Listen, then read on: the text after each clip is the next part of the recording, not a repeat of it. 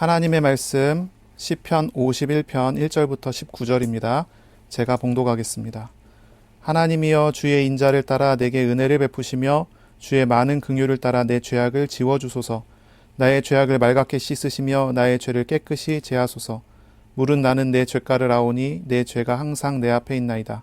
내가 주께만 범죄하여 주의 목전에 악을 행하여 싸우니 주께서 말씀하실 때에 의로우시다 하고 주께서 심판하실 때에 순전하시다 하리이다. 내가 죄악 중에서 출생하였으며 어머니가 죄 중에서 나를 잉태하였나이다. 보소서 주께서는 중심이 진실함을 원하시오니 내게 지혜를 은밀히 가르치시리이다. 우술초로 나를 정결하게 하소서. 내가 정하리이다. 나의 죄를 씻어주소서. 내가 눈보다 희리이다. 내게 즐겁고 기쁜 소리를 들려주시사 주께서 꺾으신 뼈들도 즐거워하게 하소서. 주의 얼굴을 내 죄에서 돌이키시고 내 모든 죄악을 지워주소서.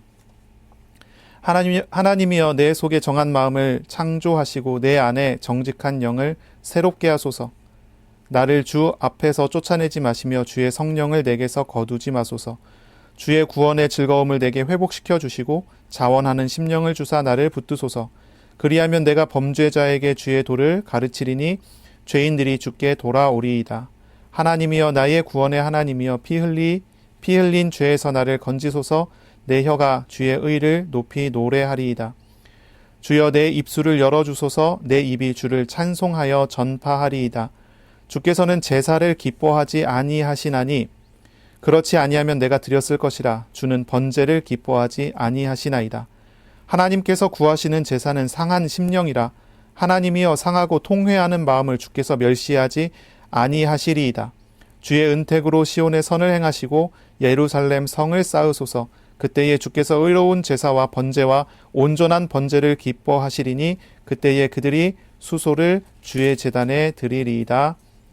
아멘. 오늘 말씀은 시편 51편 1절부터 19절입니다. 상하고 통회하는 마음이라는 제목으로 우리가 함께 하나님의 말씀을 나누겠습니다. 이 시편 51편은 이제 시편 전체에 나오는 참회시, 7개의 참회시가 있는데 그 중에 하나입니다. 이 표제에 나오는 그러한 상황에 이 참회시가 쓰였다라고 할 수 있죠. 표제는 이렇게 되어 있습니다. 다윗의 시, 인도자를 따라 부르는 노래.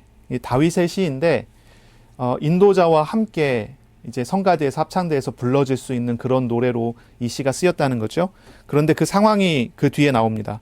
다윗이 밧세바와 동침한 후 선지자 나단이 그에게 왔을 때 이렇게 되어 있습니다. 이 상황은 사무엘하 11장에서 12장에 나오는 그런 상황입니다. 다윗의 군대가 암몬 족속과 전쟁하고 있던 시기입니다. 그때 다윗은 예루살렘에 머물러 있었어요. 다윗의 신하 중에 우리야라는 신하가 있는데 그 장군이 있는데 그의 아내가 이제 밧세바라는 사람입니다. 이 밧세바라는 사람이 옥상에서 목욕을 하는 것을 다윗이 엿보게 되고 그를 불러서 동침하고 그 이후에 이제 우리야 장군을 전쟁터에서 죽이기로 음모를 꾸며갖고 전쟁터에 보내서 죽이게 된 그런 상황입니다. 이 일에 대해서 선지자 나단이 다윗을 찾아와서 그 죄를 이제 지적하게 되죠. 그때 다윗이 나단의 지적을 듣고 내가 여호와께 죄를 범했다라고 말을 했습니다. 그리고 바로 그러한 고백, 그러한 상황 속에서 지어진 시편이 이 시편 51편입니다. 이 51편의 시는요, 이 시편 51편은 표제로 인해서 다윗의 이제 과거의 사건을 떠올리게 하는 그런 시죠. 하지만 이 51편 안에는 다윗의 사건, 그 사건의 구체적인 내용들은 하나도 나오지를 않습니다. 이것이 이제 개인의 노래일 뿐만이 아니라 하나님 앞에 죄를 범한 모든 사람들이 불려질 수 있는 노래로 사용되기 위해서 이제 그러한 어떤 구체적인 상황들은 다 빼버리게 되는 그런 이제 상황인 거죠. 그래서 다윗뿐만이 아니라 하나님 앞에서 죄를 지은 사람들, 다윗과 비슷한 상황에 있는 사람들의 참회의 시, 그 참회의 모범이 되는 시편이 이 시편 51편이라고 할 수가 있어요. 우리가 지난주에 하나님 말씀을 함께 나눴는데 지난주에 우리는 참 예배를 드려야 된다고 했어요. 그 참 예배가 무엇이었습니까? 감사로 드리는 예배였어요. 의식을 얼마나 잘하고 예배의식을 얼마나 잘 정성 들여서 하느냐, 그것이 예배가 잘 드려지고 안 드려지고 하는 기준이 되지 않습니다. 예배가 잘 드려지는 기준은 어디 있냐면 감사에 있습니다. 우리가 지난주에 그런 말씀을 나눴죠. 참 예배는요, 외형적인 형식이 아니라 그 내면에 담긴 감사를 드리는 예배가 참 예배라고 했어요.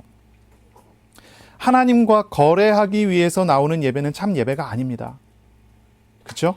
우상과 귀신들은 얼마의 헌금과 제물을 바치느냐에 따라서 다르게 역사해줘요. 거래를 하는 거죠.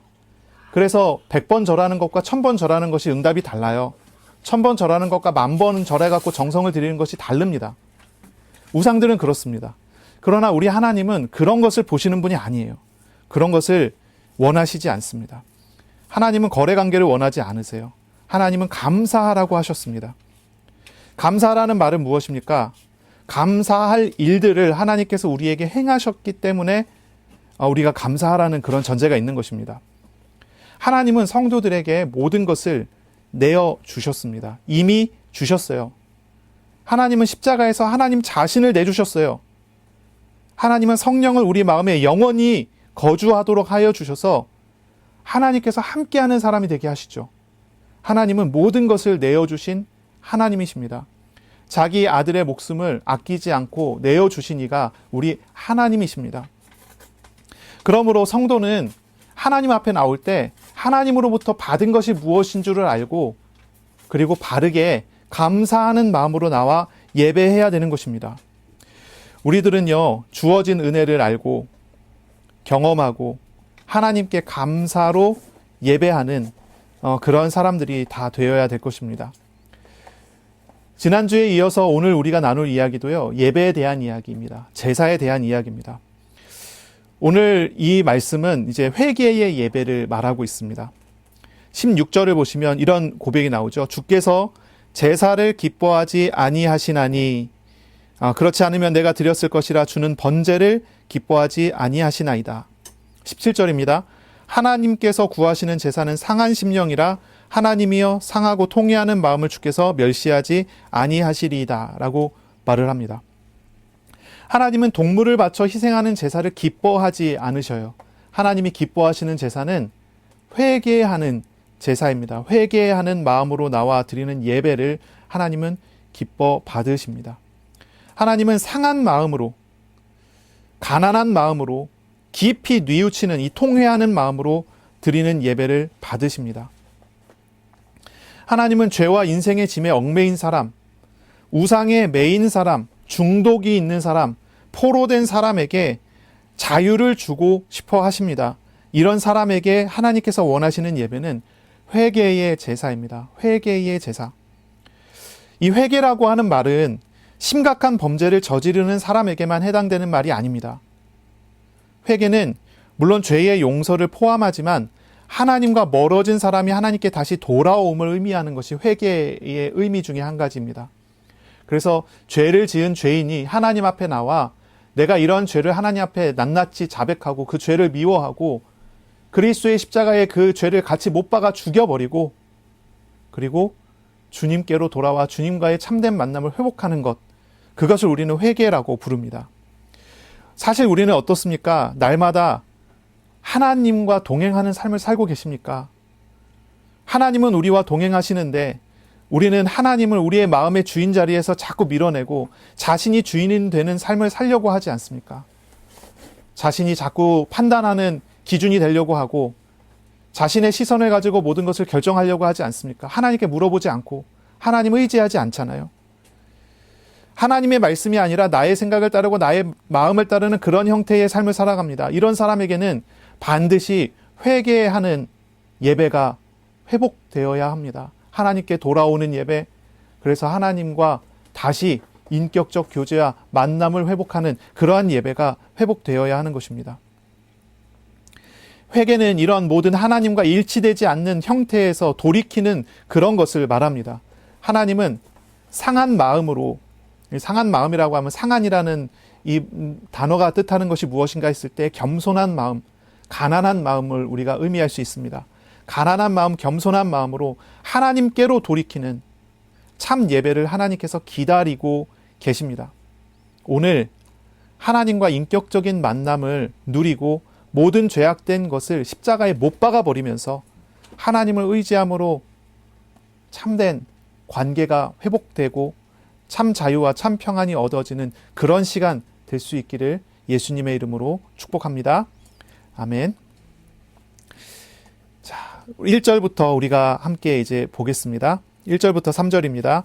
하나님이여 주의 인자를 따라 내게 은혜를 베푸시며 주의 많은 긍휼을 따라 내 죄악을 지워주소서. 나의 죄악을 말갛게 씻으시며 나의 죄를 깨끗이 제하소서. 무릇 나는 내 죄가를 아오니 내 죄가 항상 내 앞에 있나이다. 다윗이 하나님 앞에 나와 하나님 앞에 죄에서 자신을 구원해 달라고 구하는 장면입니다. 자신을 바꿔달라고 구하는 장면입니다. 1절부터 3절까지 죄라는 단어가 계속 반복해서 나오는데 이 원어를 봤을 때는 이 죄라는 단어가 세 개의 이제 단어로 쓰였어요. 이 세 개의 단어는 가지고 있는 의미들이 다 다르죠. 첫 번째 나오는 1절에 나오는 죄악, 이 죄악은 무엇이냐면 페샤라는 단어입니다. 이거는 이제 경계를 넘는 것, 규율을 범하는 것을 의미합니다. 이건 다른 말로 해서 하나님의 법을 넘어섰다라고 하는 거예요. 하나님의 법을 어겼다는 것입니다. 이거는 아주 의도적인 범죄를 의미하는 단어로 사용될 때 이 페샤라는 단어가 사용됩니다. 그러니까 1절은요, 다윗이 하나님 앞에 의도적으로 반역을 했는데 그 반역한 그 일, 그 값을 지워달라고 말을 하는 거죠. 2절에 보면은 이 두 가지가 나오죠. 나의 죄악을 말갛게 씻기시며 그리고 그 뒤에 나의 죄를 깨끗이 제하소서 그랬는데 이 두 가지가 또 달라요. 두 번째 이 나오는 이 죄악이라고 하는 단어는 아본이라는 단어인데 이제 말갛게 씻으시며라고 할 때 이제 사용했죠. 아본을 말갛게 씻어달라 이렇게 얘기를 했어요. 이 아본이 뭐냐면 부패되고 타락된 상태를 의미하는 단어예요. 부패되고 타락된 상태. 그래서 의도적으로 하나님을 반역했고 그 결과 어떻게 됐죠? 부패하고 타락된 상태, 썩어버린 상태를 가지게 됐다는 거죠. 거기에서 자신을 정결하게 씻어달라고 구하는 것이고, 세 번째, 나의 죄를 깨끗이 제하소서라고 했을 때 이 죄라는 말은 하타라는 단어예요. 하타.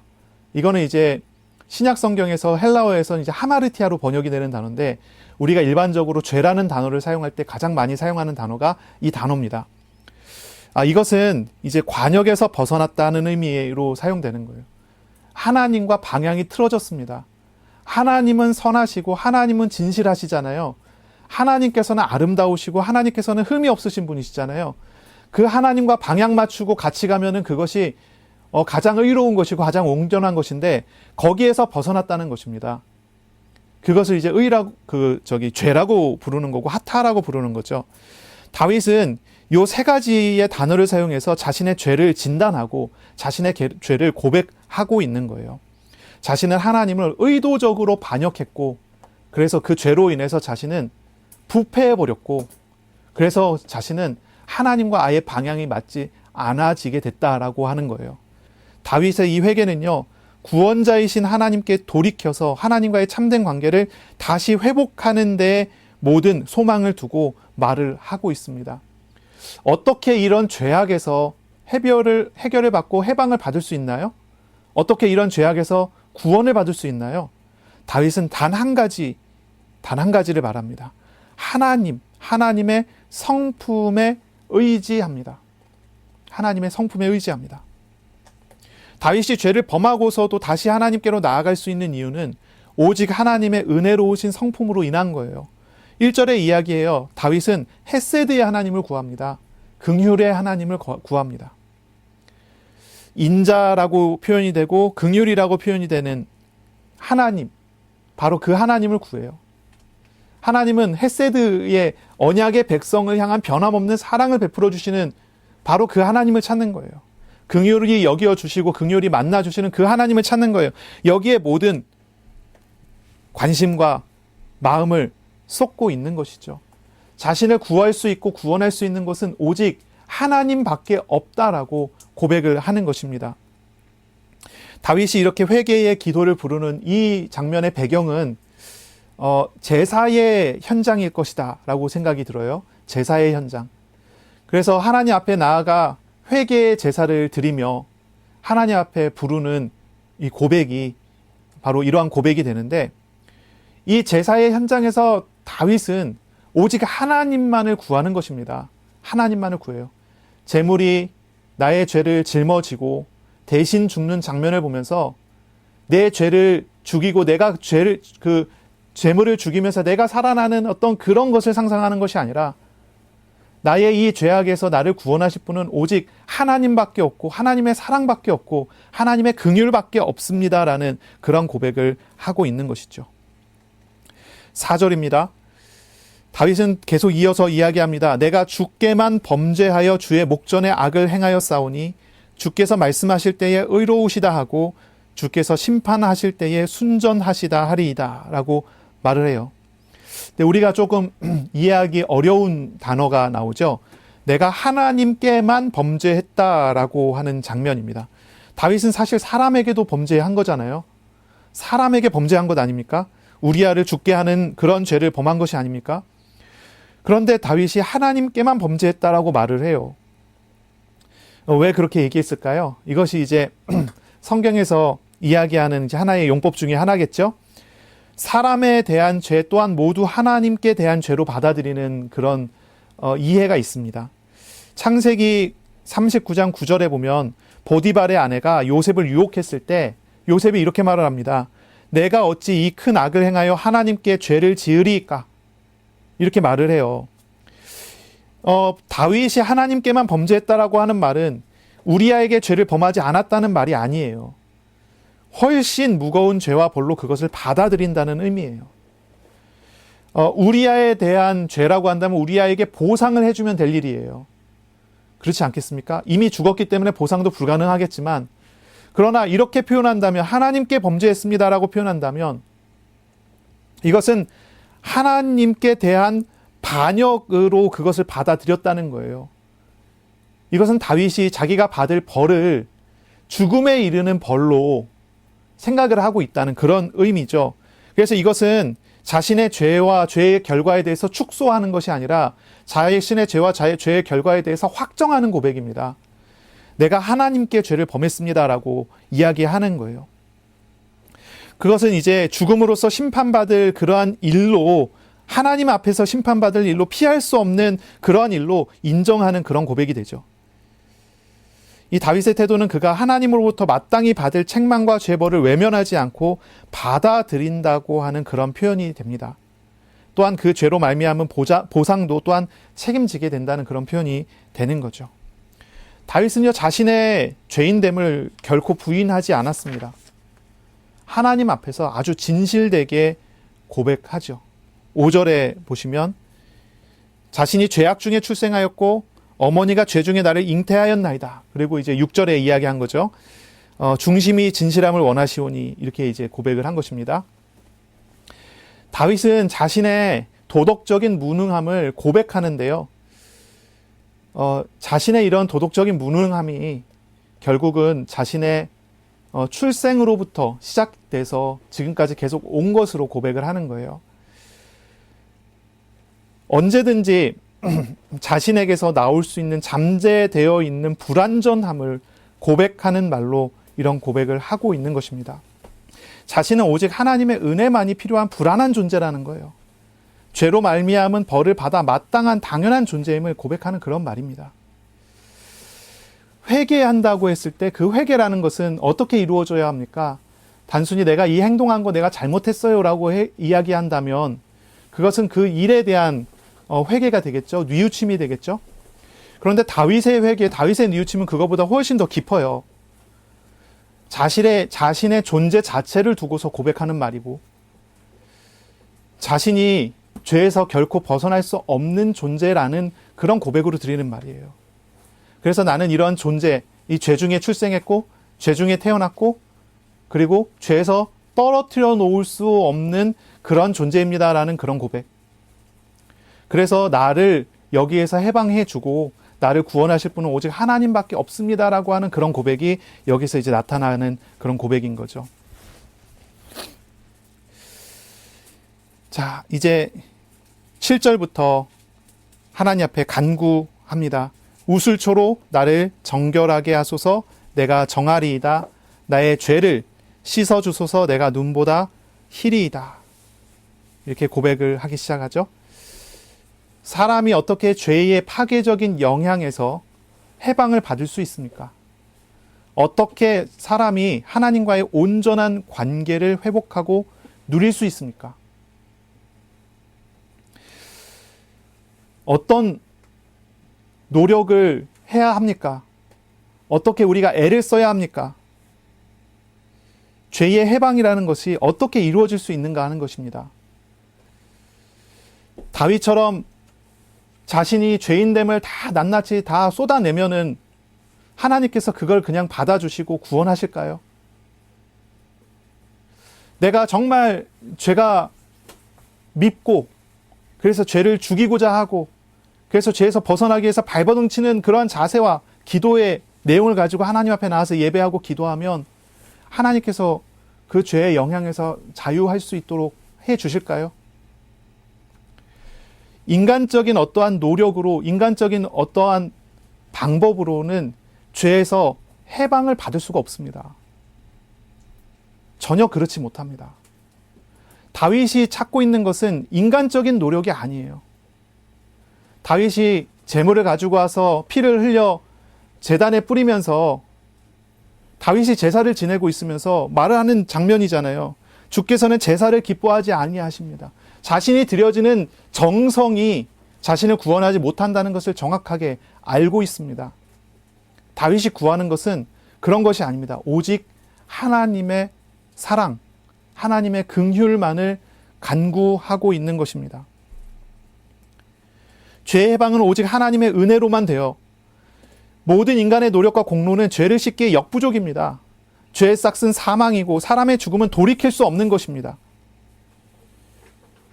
다윗이 구한 것은 사랑의 하나님, 긍휼의 하나님입니다. 메시아 하나님을 찾고 구할 뿐입니다. 다윗은 하나님께 회개의 제사를 드리며 자신의 죄악을 짊어지시는 메시아를 소망하고 바라는 기도를 하고 있는 것입니다. 7절에 이야기하고 있는 우슬초로 나를 정결하게 하소서라고 하는 말은 우리가 이제 그 정결 예식을 생각하게 하는 거죠. 정결 예식입니다. 부정하게 된 사람이 있습니다. 나병 환자나 죽은 시체를 만진 사람은 부정하게 됐다라고 합니다. 그리고 그렇게 부정하게 된 사람을 정결하게 할 때 우슬초가 사용되죠. 우슬초로 희생 제물에 피를 찍어서 일곱 번 뿌린 다음에 정결하게 하는 의식이 있습니다. 다윗이 이런 고백을 하는 것은 메시아의 흘리시는 보혈이 십자가에 뿌려지는 것을 의지하는 그것입니다. 죄인으로서 부정하게 된 그 사람을 정결하게 하심을 요청하고 있습니다. 오직 하나님의 사랑으로 나를 십자가의 보혈로 구원해 주시기를 구하는 것입니다. 이 다윗은요, 정결함에 중심을 두고 계속 기도를 합니다. 이 기도자가 집중하는 것은요, 10절에 나오는 내용입니다. 내 속에 정한 마음을 창조하시고 내 안에 정직한 영을 새롭게 하소서. 이 기도자는 다윗은 다시 이 죄로 돌아가지 않기 위한 은혜를 구합니다. 정한 마음이 창조되고, 이 창조라는 단어가 창세기 1장에 나오는 하나님이 태초에 천지를 창조하셨다 할 때 그 창조와 같은 단어입니다. 빠라라고 하는 단어인데 이거는 무에서 유를 창조하는 그 창조를 의미합니다. 자신으로서는 정결한 마음, 정한 마음을 가질 수가 없기에 하나님의 구원하심과, 그렇죠? 메시아를 통한 구원하심과 하나님의 정한 마음을 창조하는 그 창조가 필요하다는 것입니다. 정직한 영을 새롭게 해달라고 구합니다. 다윗이 구하는 것은 정리하면 그렇습니다. 죄를 씻으시는 그리스도의 대속을 구합니다. 그리고 정결함으로 하나님과 늘 교제할 수 있는 하나님 주시는 정결한 마음 갖기를 간구하는 것입니다. 우리가 노력해갖고 애써갖고 정성을 많이 들여갖고 많은 재물을 담아드리고 헌금을 들여갖고 회개가 할 수 있는 것이 아니에요. 죄에서 자유로울 수 있는 것이 아닙니다. 하나님께서 사랑으로 우리를 짊어져 주시고 우리에게 은혜 베푸실 때 우리가 비로소 거기에서 구원을 받는 것입니다. 자유하게 되는 것입니다. 우리가 예배 드리기 위해서 나왔어요. 우리가 하나님 앞에 예배합니다. 감사의 예배를 드려야 합니다. 그리고 또한 회개의 예배를 드려야 합니다. 이 회개는 늘 하나님께로 돌아가는 것입니다. 하나님께로 나아가는 것입니다. 어떻게 하나님 앞에 회개합니까? 어떻게 하나님께로 돌아갑니까? 바로 그리스도의 피가 나의 삶에 뿌려지는 것입니다. 하나님께서 정한 마음을 나에게 창조하여 주셔서 내가 새롭게 되어지는 것입니다. 오직 하나님의 사랑을 의지하여 하나님 베풀어 주시는 은혜에 의지하여 우리가 그렇게 될 수 있게 되는 것입니다. 이 주간에 그리스도의 십자가로 정결하게 되기를 간구하시기 바랍니다. 또한 그리스도의 새 생명이 우리의 새롭게 되는 삶에 우리의 새로운 피조물로서의 삶을 허락하여 주시고 그리고 그러한 삶을 살아갈 수 있게 해달라고 간구하시기를 바랍니다. 다윗은 16절, 17절을 통해서 예배의 본질, 제사의 본질을 돌아보게 됩니다. 자, 제사는요, 하나님을 기쁘게 하기 위해서 바치는 것입니까? 그게 이제 맞는 말이죠. 하나님을 기쁘게 하는 것이 제사예요. 그러면 어떻게 하는 것이 하나님을 기쁘게 할 수 있는 것입니까? 정말 값비싼 제물을 드리는 것입니까? 그것이 아닙니다. 하나님은 제사를 통해서, 제물을 통해서 우리를 새롭게 하길 원하시는 것이지 하나님께서 무엇인가를 얻고자 하시는 것이 아니에요. 제물을 드리는 것은 우리에게 향하신 하나님의 은혜에 대한 감사로 드려지는 그런 것이어야 됩니다. 올바른 제사는 바른 태도가 필요해요. 17절에 이야기하는 내용과 같아요. 하나님께서 구하시는 제사는 상한 심령이라. 상하고 통회하는 마음을 주께서 멸시하지 아니하시리이다. 상한이라고 하는 말이 사바르라는 이제 말이죠. 사바르. 하나님께서 원하시는 제사는 어떤 마음을, 어떤 심령을 갖는 제사입니까? 가난한 마음, 겸손한 마음, 회개하는 마음을 갖는 제사입니다. 우리는 제물을 가져다가 제사를 지낼 때 그 제사를 드리는 사람은 제물의 죽음을 보며 그 제물의 죽음과 함께 죄에 대하여 죽는 마음을 가져야 합니다. 이것이 상한 심령입니다. 이것이 통회하는 마음, 깊이 뉘우치는 마음입니다. 그런데 이제 제사를 잘못 드리는 경우가 있죠. 이사야서 1장에 나오는 이제 내용인데요. 이사야서 1장 11절에 보면 이런 이야기가 나옵니다. 여호와께서 말씀하실 때 너희의 무수한 제물이 나에게 무엇이 유익하느냐? 나는 순양의 번제와 살찐 짐승의 기름에 배불렀고 나는 숫송아지나 어린 양이나 순념새의 피를 기뻐하지 않는다. 15절에 너희가 손을 펼 때에 내가 내 눈을 너희에게서 가리고 너희가 많이 기도할지라도 내가 듣지 아니하리니 이는 너희 손에 피가 가득함이라. 그러니까요, 피 흘려 드리는 제사가 뭐가 된 것이죠? 많은 사람들에게 있어서 피 흘려 드리는 제사가 나의 죄가 거기에 같이 죽는 제사여야 되는데 반대가 된 거예요. 피 흘려 드리는 제사가 살인하는 제사와 같이 평가를 받습니다. 양을 잡아 죽이면서 내가 살고자 하는 거예요. 양과 함께 죽어야 되는데 양을 죽이면서 내가 살고자 하는 거예요. 그거에 대해서 하나님의 평가는 너희 손에 피가 가득해서 내가 너에게서 눈을 가리고 내가 너희의 기도를 듣지 않겠다라고 하는 거예요. 우리가 그리스도의 십자가를 바라볼 때, 우리가 회개할 때 어떻게 기도합니까? 어떤 태도를 가지고 나갑니까? 이 죄를 그리스도의 피로 씻어달라고 기도하잖아요. 어떻게 기도합니까? 그것이 무엇입니까? 그리스도의 피로 이 죄를 씻음으로써 내가 깨끗하게 되어 내가 살고자 함입니까? 아니면 그리스도의 피로 이 죄를 씻을 때 그리스도와 함께 죽는 자로서 상하고 가난하고 겸손하고 깊이 뉘우치는 마음으로 죄에 대하여 죽고자 하는 마음으로 그리스도의 피를 의지합니까? 이것은 완전히 다른 것 아닙니까? 그래서 이사야 1장 16절에 너희는 스스로 씻으며 스스로 깨끗하게 하여 내 목전에서 너희 악한 행실을 버리고 행악을 그치고 오라 이렇게 얘기하십니다. 그러면 18절에 오라 우리가 서로 변론하자 너희 죄가 주홍 같을지라도 눈과 같이 희어질 것이요 진홍같이 붉을지라도 양털같이 희게 되리라. 회개라는 것이 무엇입니까? 그냥 내가 지금 처한 상황을 모면하기 위해서 아니면 내가 지금 그 죄 때문에 벌 받을 거 가니까 그 죄를 모면하기 위해서 회개하는 것입니까? 아니면은 그 내면에 있는 깊은 뉘우침 안에서 상한 마음으로 하나님 앞에 내어놓고 죄에 대하여 그리스도의 십자가에 못 박아 죽게 하는 것입니까? 희생제사라는 것은 저절로 하나님과 백성과의 관계를 회복시켜주지 않습니다. 우리가 예수의 이름으로 기도하고 예수의 이름으로 예배한다고 해서 저절로 이 예배가 되고 저절로 하나님과 소통하게 되고 저절로 뭔가 되어지는 것이 아닙니다. 예배자는 상한 마음으로 겸손한 마음으로 하나님 앞에 서야 합니다. 하나님을 잃어버린 나의 본질, 하나님을 놓쳐버린 나의 현실을 두고 하나님 앞에 나와야 합니다. 그런 기도를, 그런 예배를 하나님께서 원하시는 것입니다.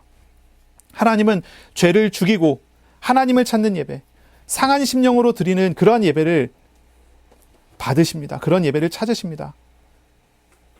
하나님은 그러한 사람을 짊어져 주시고 그러한 사람의 마음을 새롭게 하시고 그런 사람을 더 겸손하게 그리고 더 자유롭게 만들어 가십니다.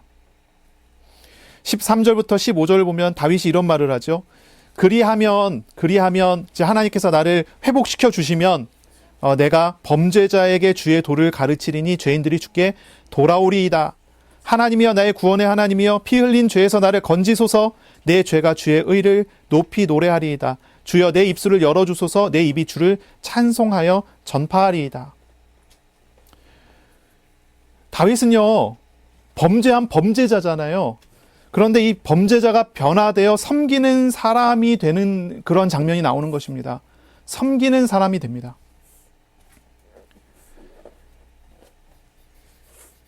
어떻게 잘못 읽어보면은 거래하는 것처럼 보이거든요. 하나님 나 변화시켜 주시면 내가 이런 일을 할게요.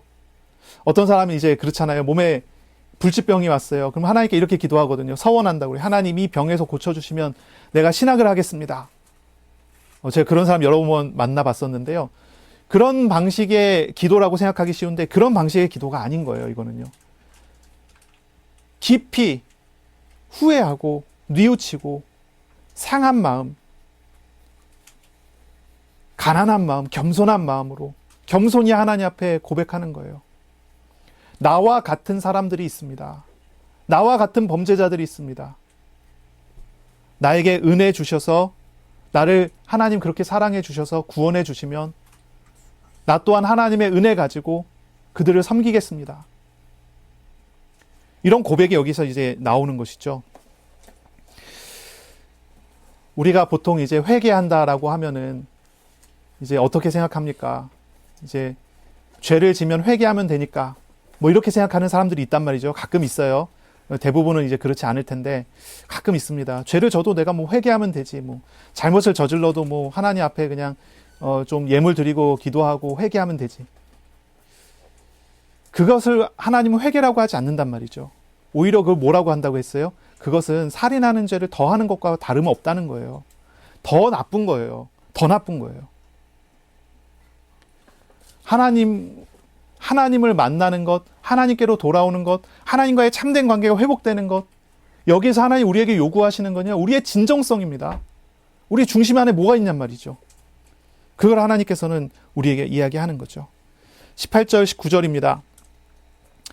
이제 분위기가 바뀌어요. 분위기가 바뀝니다. 주의 은택으로 시온의 선을 행하시고 예루살렘 성을 쌓으소서. 그때에 주께서 의로운 제사와 번제와 온전한 번제를 기뻐하시리니 그때에 그들이 숫소를 주의 제단에 드리리이다. 이 다윗은 이제 마지막으로 기도할 때 예루살렘의 선을 행하여 달라고 간구합니다. 그리고 그곳에서 의로운 제사를 드리겠습니다라고 고백을 해요. 다윗이 자신이 죄를 지었기 때문에 예루살렘에 미치는 어떠한 재난이 있을 것을 생각을 하는 거예요.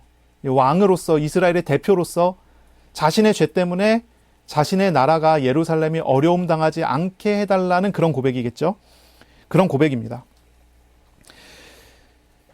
다윗은 자신 한 사람의 돌이킴이 이제 자신과 함께한 사람들의 돌이킴이 되고, 그리고 한 나라의 돌이킴이 되기를 간구하는 그러한 기도이기도 한 거죠.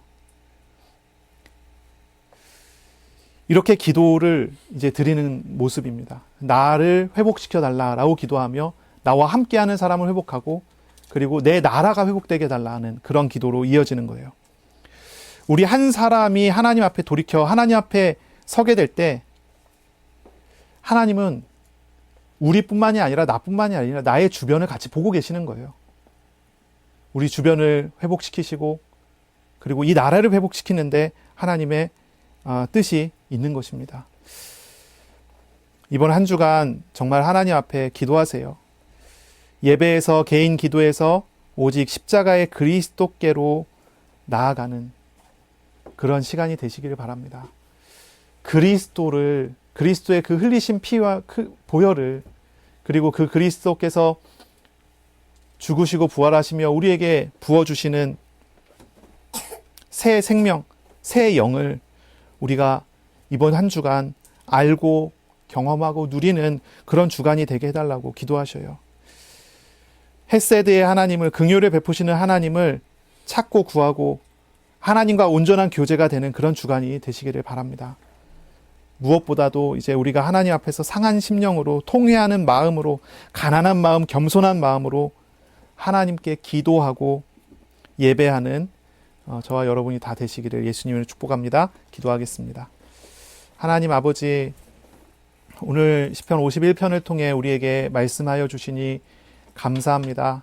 하나님께서 원하시는 예배는 감사의 예배이며, 또한 언제나 주님께로 돌아가고자 하는 회개의 예배라 말씀하셨습니다.